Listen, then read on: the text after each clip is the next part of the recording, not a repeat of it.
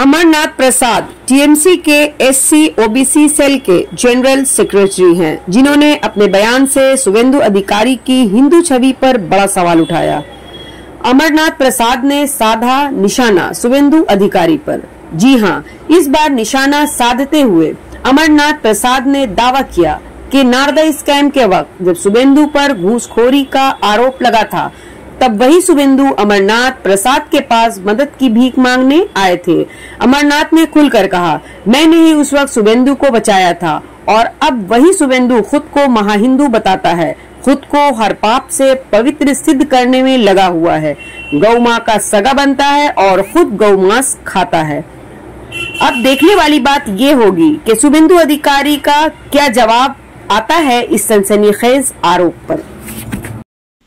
বলবো যে দাদা, আগের বারের ভোটে তৃণমূলের যেটা নিয়ে বিরোধিতা করেছিল যে এই বিধবা ভাতা এবং বার্ধক্য ভাতা, যেটার জন্যই হয়তো তৃণমূল ভোটে জিতবে, কিন্তু পরবর্তীকালে ভোট যুদ্ধের আগে দেখা যায় বিজেপির মুখ থেকে শোনা যায় যে তারা যদি ভোটে জেতে, যেটা নিয়ে তারা বিরোধিতা করছে সেই 1000 টাকার বদলে তারা 2000 টাকা করে মানুষের কাছে পৌঁছে দেবে। তার মানে কি এটা আদৌ বিরোধিতা না? তারা মমতা বন্দ্যোপাধ্যায় বিরোধিতা করার জন্য বিরোধিতা করছে, আবার পরবর্তীকালে মমতা বন্দ্যোপাধ্যায়ের পথই তারা অনুসরণ করতে চাইছে। এবার একটা কথা বলি, ভারতীয় জনতা পার্টি অনেক জায়গায় রয়েছে, গভর্নমেন্ট রয়েছে, ছত্তিশগড় রয়েছে, মধ্যপ্রদেশ রয়েছে, আপনার দিল্লিতে রয়েছে, সব জায়গায় রয়েছে।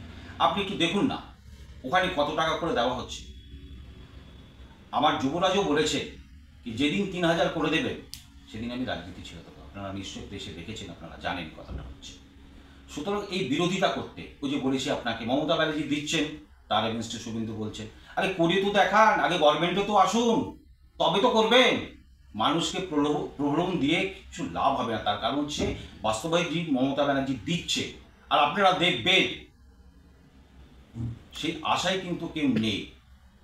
মমতা ব্যানার্জির সাথে মানুষ আছে এবং থাকবে।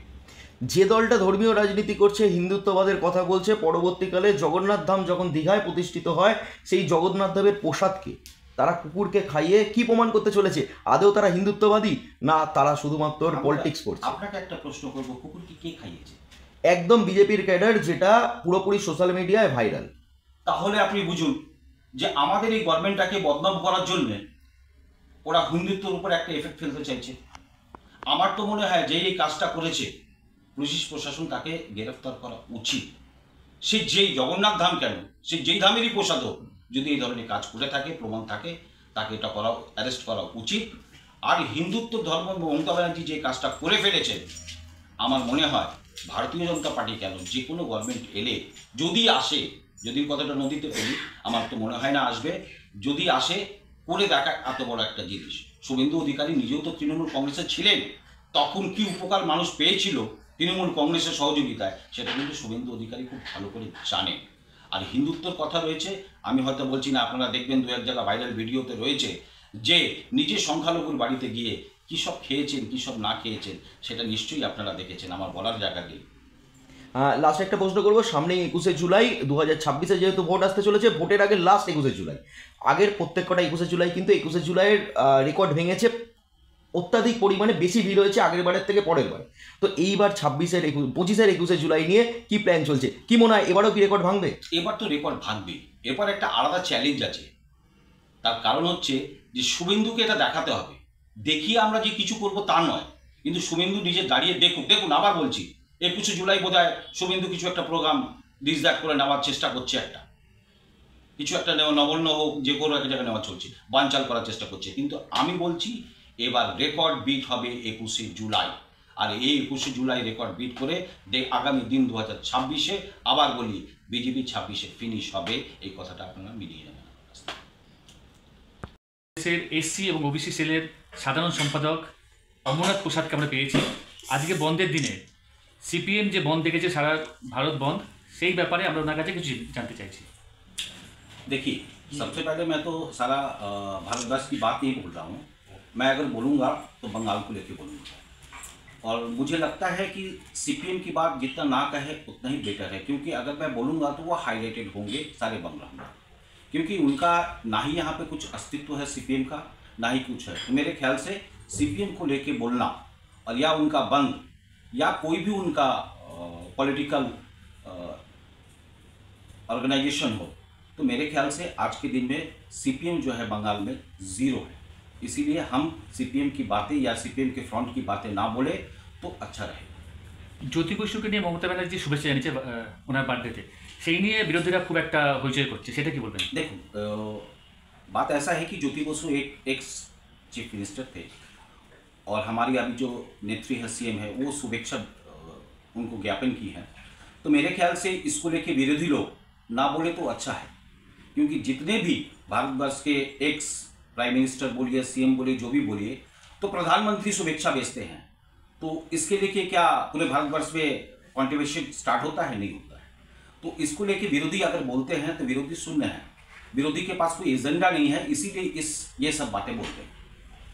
ওবিসি যে লিস্ট লেখা था বেরিয়েছিল যে ওবিসি লিস্ট, সেই নিয়ে অনেক হইচই করছে বিজেপি, বলছে যে ওবিসি লিস্টে ম্যাক্সিমাম মুসলিমদের বা সংখ্যালঘু বলতে মুসলিমদের বেশি রাখা হয়েছে, সেভাবে কি বলবেন? देखिए ये तो गवर्नमेंट की बात है, ये ममता बनर्जी या पॉलिटिकल की बातें नहीं है, ये गवर्नमेंट की बात है। गवर्नमेंट जो अच्छे समझेगी वो करेगी और शुभेंदु का काम है अभी विरोधिता करना, बीजेपी की काम है विरोधिता करना। बट मुझे लगता है कि ये विरोधिता बीजेपी अगर करती है वो गलत करती है, क्योंकि बेनिफिट जो भी बेनिफिट हो, मुस्लिम हो हिंदू हो जो भी हो, चाहे वो बीजेपी की कोई इंसान हो या जो भी हो, बेनिफिट किंतु हर एक इंसान को मिलता है। इसीलिए इसका विरोधिता करना भारतीय जनता पार्टी का अच्छा नहीं है। शुभेंदु एक हिंदू कास्ट लेके वोट में उतरे थे, अभी वो हिंदू के लिए वोट मांगे, लेकिन अभी जो राज्य सभापति हुआ बीजेपी का शमी भट्टाचार्य, वो मुस्लिम को भी बुला रहे हैं, इसके आप क्या बताएंगे? देखिए ये तो उन लोगों का अंदरूनी मामला है दोनों का, वो कहते हैं हिंदू ये मुस्लिम। यहाँ ये इंसान बंगाल में ये जानता है कि हमारी जो संख्यालघु का वोट है एक बहुत बड़ा मायने रखता है। और जहाँ तक शुभेंदु कहते हैं हिंदू की बात है, अरे हिंदू में तो हम भी हिंदू हैं, हम भी तो तृणमूल कांग्रेस को वोट देते हैं। इसी तरह तो बहुत हिंदू हैं जो तृणमूल कांग्रेस को वोट देंगे, तो हिंदू हिंदू वोट में तो कोई फायदा नहीं है। और जहाँ तक रह गया समीर भट्टाचार्य की संख्यालघु की बात है, ये दोनों का गेम प्लान है।